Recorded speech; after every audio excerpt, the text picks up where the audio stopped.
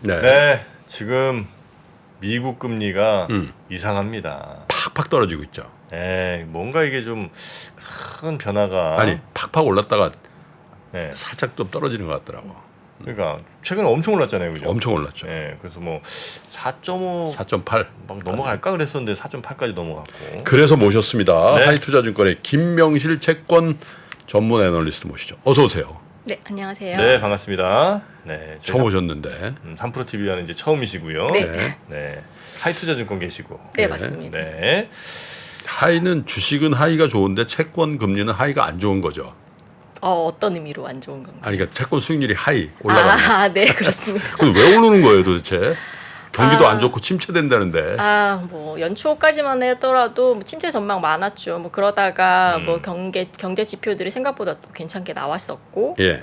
뭐 제가 생각하기에 가장 결정적인 건 뭐 8월달에 미국 재무부에서 국채 발행 계획, 특히나 뭐 장기 국채 발행 계획을 뭐 시장 컨센서스 대비 조금 늘렸죠. 늘리게 잡으면서 갑자기 수급적으로 환경들이 좀 틀어지기 시작했어요. 그리고 뭐 아시다시피 9월 FOMC에서 올해 추가 인상 여전히 남기고 내년도 인하 폭도 기존 100bp에서 50bp로 떨어뜨리면서 뭐 인하에 대한 피봇 기대에도 뭐 상당 부분 지연된 점 이런 점들이 여러모로 그건 이제 기준금리. 그렇죠. 네. 또 고무렵의 피치에 또 신용등급 강등 뭐 그런 그쵸. 이벤트들도 있었죠. 네, 뭐 신용등급 강등이면 뭐 일반적으로 기업 입장에서는 기업의 레이팅이 떨어지는 거니까 당연히 네. 금리는 올라갈 수밖에 없고 미국도 국가의 레이팅이 떨어지다 보니까 뭐 상대적으로 기간 프리미엄이 조정받으면서 부채 네. 금리 상승을 끌어냈다라고 보고 있죠. 일반적으로 채권 금리에 제일 영향 많이 주는 게 어떤 요소들입니까? 이게 구간마다 틀려요. 단기 시장 금리는 기본적으로 통화 정책, 기준금리, 네. 정책 금리에 영향을 많이 네. 받는 거고, 장기 금리는 뭐 물가나 경기 측면도 있는데 뭐 저 사견으로는 수급적인 수급. 부분들의 영향을 가장 많이 받는 왜냐 거라고 가격의 생각해요. 민감도가 훨씬 장기채가 크니까. 그렇죠. 듀레이션이 크다 보니까. 그러네요. 수급이 근데 최근 상황은 이제 정부가 계속해서 채권 발행을 좀 늘린다. 늘리니까 그렇죠. 어느 정도로 늘리는 거예요, 예상보다? 뭐 일단은 시장 예상은 올해 남은 하반기 기준으로는 한 8천억 달러 정도 예상을 했는데 예. 실질적으로 1조 달러가 넘어갈 수도 있다라고. 2천억 달러 순증이네요. 그렇죠. 예상보다. 네, 그렇죠. 그런 얘기들이 나오다 보니까 공급적으로 부담이 왔고, 근데 뭐 공급을 늘린다고 해서 뭐 사주는 기관들이 많으면 괜찮죠. 근데 문제는 지금 연준은 QT로 채권을 계속 팔고 있는 입장이고, 그리고 미국 국채를 주로 사는 기관 중 하나가 미국 상업은행이에요. 근데 이제 연초 아시다시피 SVB 사태 터지면서 은행들 채권 포트가 다 터졌잖아요. 그러다 보니까 상업은행들도 이전 대비 살 수 있는 여력들이 줄어들었고, 그리고 마지막으로 외국인들 미국 국채 1등 보유국은 일본이고 2등이 중국이에요. 근데 예. 일본이랑 중국 모두 이제 미국 국채 매수세를 주저하다 보니까 연준, 은행 그리고 외국인들의 채권 매수세가 일반적으로 이제 기본적으로 들어가던 양에 비해서 적어지다 보니까 수급적인 환경들도 악화되었다라고 보시면 되실 것 같아요. 근데 바이백 얘기가 있었잖아요. 그 얘기는 이제 단기물을 바이백 해주고 그러면 바이백 해주면은 이제 그걸 갖고 있던 채권 홀더들 그러니까 뭐 커머셜 은행 이런 데 돈이 나가니까 그걸로 장기물 사라라고 하는 거잖아요. 그렇죠. 그게 이른바 오퍼레이션 트위스트라는 건데 그런 것들을 예고하고 있는데도 수급에 영향을 안 줍니까? 뭐 기본적으로는 바이백의 영향력이 크려면 네.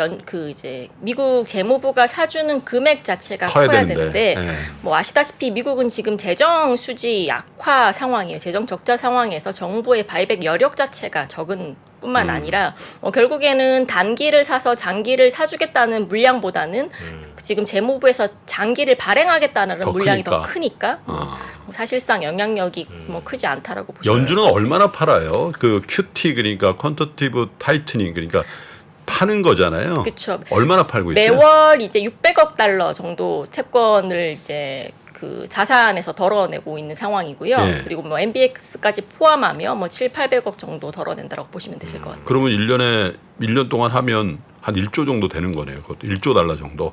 그렇죠. 네. 뭐 총 양은 1조 달러가 조금 안 되는 수준의 이제 채권들을 파는 거기다가 거죠. 순증도 2천억 정도가 늘고 그렇죠.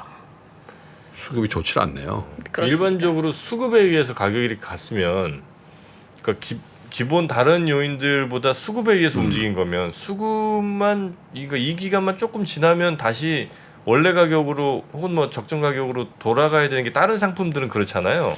채권은 그렇지는 않습니까? 아니면 채권도 그렇게 갑니까? 뭐 그렇지 않은 건 아니에요. 이게 뭐 저조차도 이제 뭐 미국 10년물 금리가 이제 4.8까지 올라가고 30년물이 5%까지 올라가다 보니까 기준금리가 지금 5.5인데 뭐 상대적으로 장기물이 비싸 보이진 않거든요. 네. 뭐 불과 2, 3년 전만 하더라도 미국 장기채는 0%대, 1%대 금리였잖아요. 그래서 굉장히 싸 보이는 수준들은 맞는데 지금 채권 시장에서 기다리는 건 결국에는 지표에서 둔화 징후가 나와야 네. 되고 연준의 인하가 나와야지 이전 수준으로 금리가 회귀할 거다라는 확신이 있어요. 근데 아직까지 연초부터 미국 경제가 뭐 빠르게 무너진다든지 또는 이제 물가 지표가 급격하게 둔화된다든지 이런 징후들이 나오지 않고 있다는 점이 문제가 되는 거죠.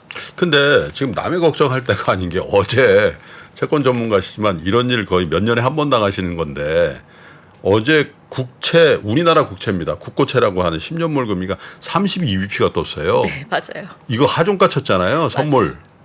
그 우리 김명실 위원님 이런 경우 당하신 적 있으세요? 아, 저는 그 레벨적으로는 지금이 16년 만에 이제 최고치로 아니, 선물 가격이 아니 변동 본 적이 없습니다. 없죠. 처음이죠. 네, 처음입니다. 채권 애널리스트 하고 나서. 네, 맞습니다. 그러니까 이게 사실은 어제 제가 뉴스를 전해드리면서 미국 국채금리 10년물이 10bp, 11bp 떴다고 그래서 하종가는 아니지만 뭐 한 개별 종목 갖고 있는 분이 한 15% 빠진 거라고 이렇게 얘기를 했잖아요. 어제 우린 30% 이상 빠진 거예요. 맞습니다. 이게 왜 이렇게 우리는 진짜 경기 안 좋다는데?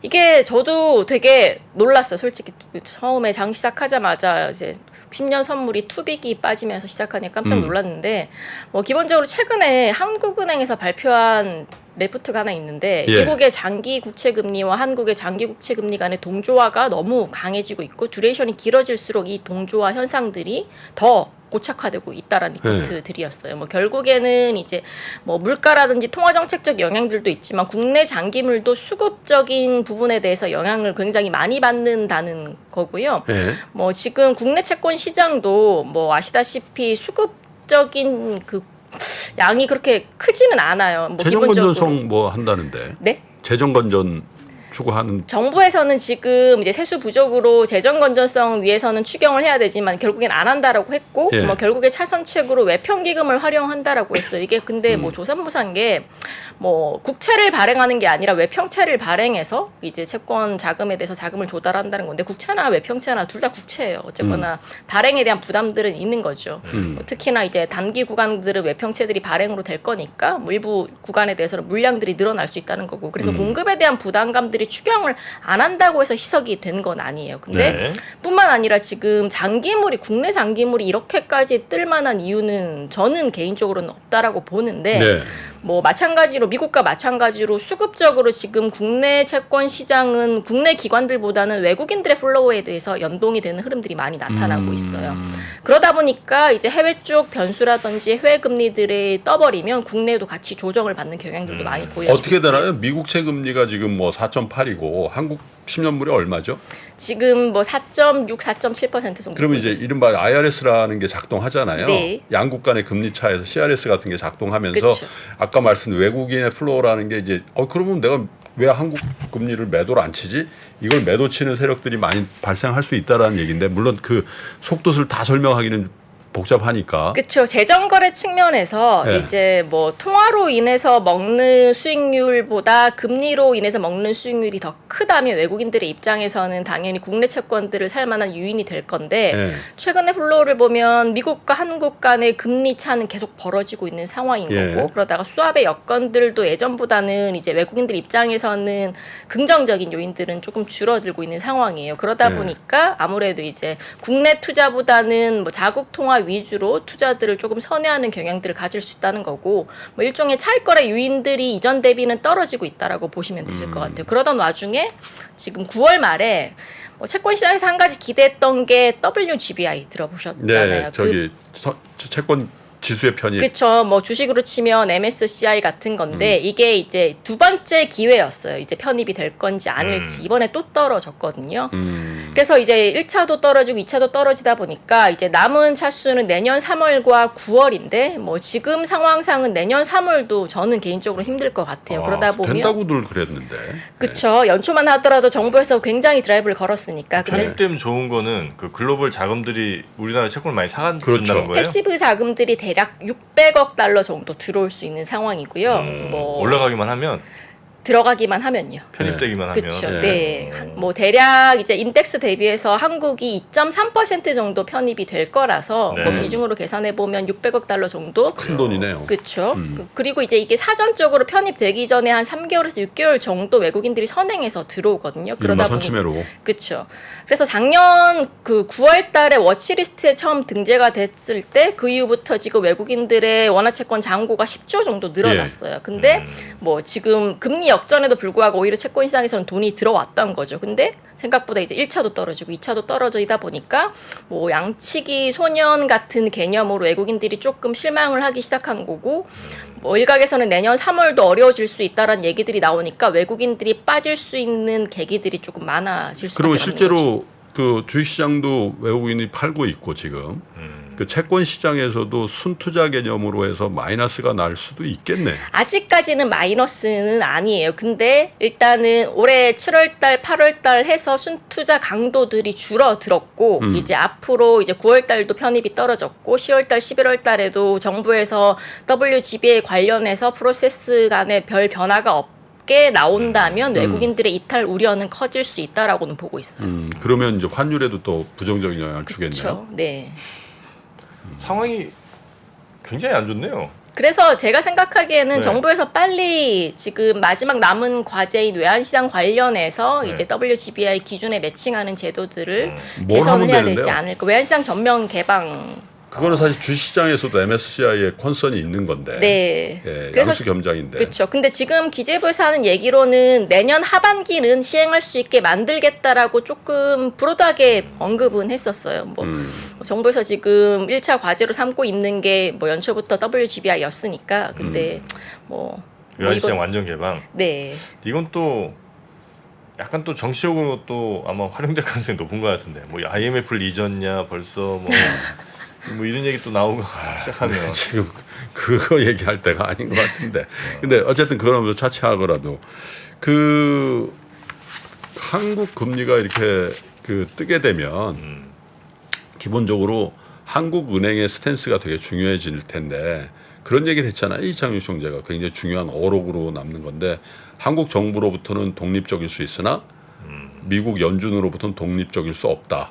이런 발언을 하신 지가 꽤 되긴 했는데 그래서 미국 금리, 미국 시중 금리, 실세 금리의 동조화라는 리포트도 나왔다고 하니까 미국 금리가 추세적으로 빠지거나 아니면 진짜 크게 빠지지 않으면 한국 금리가 먼저 빠지기도 힘든 거 아니에요? 아직도 실세 금리도 미국 금리가 훨씬 높잖아요. 그렇죠. 예. 뭐 이게 뭐 결국에는 통화정책적 변곡점이 미국이 먼저 만들어지는지 그러겠죠. 그러면 한국이 늘 그랬듯이 미국을 선행하지 못하고 후행적으로 따라갈 수 있을지가 문제일 것 같은데 예. 뭐 이창용 총재의 의견은 그 이후의 의견은 조금 제가 느끼기에는 달랐어요. 뭐 미국의 통화 정책도 중요한데 뭐 결국에는 한국과 미국 간의 장단기 스프레드가 벌어지더라도 예. 직접적인 자본 이탈 가능성은 굉장히 낮고 오히려 금리 차보다는 다른 변수에 의해서 영향을 받는다. 따라서 국내적인 여건들도 우리는 더 살피겠다라고 지난번 금통위에서 발언들을 하셨어요. 그래서 네. 오히려 저는 조금 다르게 생각한 게 뭐 결국에는 미국은 올해 11월 달이든 추가 인상에 대한 여지는 있잖아요. 근데 국내는 추가 인상을 할 만한 펀더멘털적인 체력도 안 되고 뭐 추가 인상을 할 만한 명분들도 사실상은 낮다라고 보고 있어서 미국을 따라서 통화 정책을 뭐 한 번 더 긴축으로 갈 가능성들은 굉장히 낮다라고는 보고 있어요. 아니 그 반대로 네. 우리가 선제적으로 완화를 왜냐하면 경기만 생각하면 완화를 좀 해달라고 하는 의견들도 꽤 있잖아요. 그렇죠. 먼저 완화할 가능성은 거의 가능성을 접어야 되는 거 아니에요? 근데 아직까지는 국내 채권 시장에서는 여전히 미국보다는 한국이 선제적 인하를 할 가능성들은 있다라고는 보고 있어요. 네. 가장 걱정거리 중 하나가 뭐 미국도 미국이지만 국내도 금리가 이렇게 높아지면 가장 위협받을 수 있는 첫 번째 리스크는 국내 PF 관련된 부동산 리스크예요. 네. 결국에는 기업들의 뭐 건설사들의 자금 조달 금리들이 높아지고 얘네들이 차환이 어려워지기 시작하면 뭐 작년 레고랜드처럼 올해도 어려워지는 건설사들 그리고 뭐 도산이 나는 건설사들이 늘어날 수밖에 없고 결국에는 금리를 컨트롤할 수밖에 없을 것 같은데 네. 한국은행이 올해 금리 인상을 멈췄던 가장 큰 근거 중 하나는 뭐 통방문에서도 등장했지만 PF 관련된 리스크들의 위험성이었어요. 이런 네. 것들 때문에 추가 인상을 미국보다 먼저 멈췄었고 그리고 올해도 이제 뭐 하반기까지 금리가 높아지고 내년도에도 미국 따라서 지금 레벨대 수준의 금리를 유지한다면 PF발 리스크들 한 번 더 커지면서 한국은행이 오히려 그런 부분들 금융시장 시스템 리스크들을 고려해서 먼저 인할 가능성들은 저는 있다라고는 보고 있어요. 근데 지금 그 금리 수준, 그 국채 금리 수준이 국고채 금리 수준이 레고랜드 때하고 거의 근접해지고 있죠. 그렇죠. 예. 이게 넘어가면 어떻게 될까요? 그 수준을 그 레벨을 더 넘어가는 실세 금리 그러면 차환을 못하는 건설사들이랑 이제 관련된 증권회사들의 유동성에서도 조금 위험을 받지 않을까요? 뭐 작년에 레고랜드 터진 것도 결국에는 단기 시장의 유동성 경색이 왔기 때문이고 뭐 당시에 뭐 CP라든지 단기 조달 금리들이 급등을 하면서 이런 문제들이 불거졌는데 예. 이번에도 국내 크레딧 시장 특히나 뭐 건설사나 비유량 회사채들 크레딧 시장 위주로 스프레드가 급격하게 커지면서 기업들의 조달 리스크가 부각될 수도 있겠죠. 지금 회사채 시장에서는 유통이 되는 발행이나 유통이 되는 레벨이 어느 정도입니까? 크레딧 기준으로. 네, 우량 회사채들은 아직까지는 뭐 크게 부각되지는 않는데 이게 미국 국채 금리가 조금 빠른 속도로 올라가다 보니까 9월 중순 이후로는 회사채 스프레드가 조금씩 벌어지고 있는 상황이에요. 특히나 뭐 최근에는 은행들의 채권 발행량이 늘어날 수 있다라는 소지들이 커지면서 은행채들 위주로 은행채들. 네, 스프레드가 벌어지고 있고 비우량 회사채들도 마찬가지고요. 한전채는요? 한전채들도 연초부터 한전채가 늘릴 수 있다라는 그런 우려 때문에 조금 특수채 시장 위주로 위험성들이 있었는데 실질적으로 특수채 스프레드는 그렇게까지 벌어지지 못했어요. 오히려 실질적인 발행이 컸던 부분은 은행채였고요. 네네네. 그 어쨌든 채권 뭐 특히 이제 우리나라 뭐 10년 뭐 이런 것들이 제일 중요한 채권일 거 아니에요. 그 가격이 혹시 어떻게 갈 거다라는 걸 미리 조금 선제적으로 파악하거나 예측할 수 있는 다른 지표들 같은 거 혹시 있습니까? 국내 기준으로 예, 국내 말씀 기준. 주시는 거죠. 뭐 예측할 만한 지표는 근데 10년으로 따지면 요새 국내 10년을 보면 국내 재료보다는 거의 대외 재료에 따라 움직이는 경향 때문에 뭐 전날 미국 국채 금리가 오르면 국내도 오르고요. 전날 떨어지면 미국도 떨어져요. 그래서 뭐 국내 재료만 포커스를 두면 금리가 떨어져야 되는 게 뭐 정상이라는 표현이 맞는지 모르겠지만 이론적으로는 그렇게 방향성들을 바꿔야 될 것 같은데 아직까지는 그런 트리거들은 나타나진 않고 뭐 결국에는 미국과 한국의 커플링이 깨져야겠죠. 커플링이 깨진다는 뜻은? 미국은 금리가 올라가는데 한국은 대외보다는 대내적인 재료에 포커스를 맞추면서 금리가 빠지는 모습들이 나타나야 되는 거고 아까 말씀드린 그런 걸 가장 크게 불러일으킬 만한 재료는 국내 PF 관련된 리스크들이 얼마만큼 다시 확산되느냐 여부에 따라서 국내 장기 금리들도 반응을 하겠죠. 그러니까 확산이 안 되면 디커플링이 가능하고 확산이 안 되면 미국과 계속 커플링 갈 수 있는 확률들이 높아지는 거고요. 왜 그렇죠? 또 확산이 안 되면 이제 미국채 금리들은 예를 들어서 뭐 연말까지 5%까지 간다라고 하면 국내 채권 금리도 뭐 국내 대내적인 재료로는 뭐 경기가 나빠질 만한 그런 확신을 주는 재료들은 사실상 크지는 않잖아요. 그냥 수출 지표 천천히 망가지고 있고 뭐 그저께 광공업 생산은 또 생각보다 좋게 나왔고 수출도 뭐 좀 좋아진다라고도 그렇죠. 하니까. 그리고 4분기에 오늘 물가 나왔는데 지금 3.7%로 컨센서스를 상회를 했거든요. 그래서 보면 물가도 올라가고 수출도 말씀하신 대로 조금씩 개선이 되는 거고 뭐 광공업 생산도 마찬가지면 뭐 장기물 금리는 여기서 크게 떨어질 만한 이유는 없는 건데 반대로 이제 국내 금융적인 리스크를 생각하면 아까 레고랜드 수준으로 지금 금리가 왔잖아요. 그러다 보면 이걸 못 버티는 기업들이 발생을 할 거고 유동성 때문에 손을 드는 기업들이 발생을 할 거고 그럼 그런 문제들이 불거지기 시작하면 한국은행에서 금리를 내리지 않을까라는 기대감들. 오히려. 그렇죠. 그리고 이제 그 채권 투자자들로 안전자산에 대한 집중력이 더 강해질 거니까 그쵸. 그런 측면에서 네.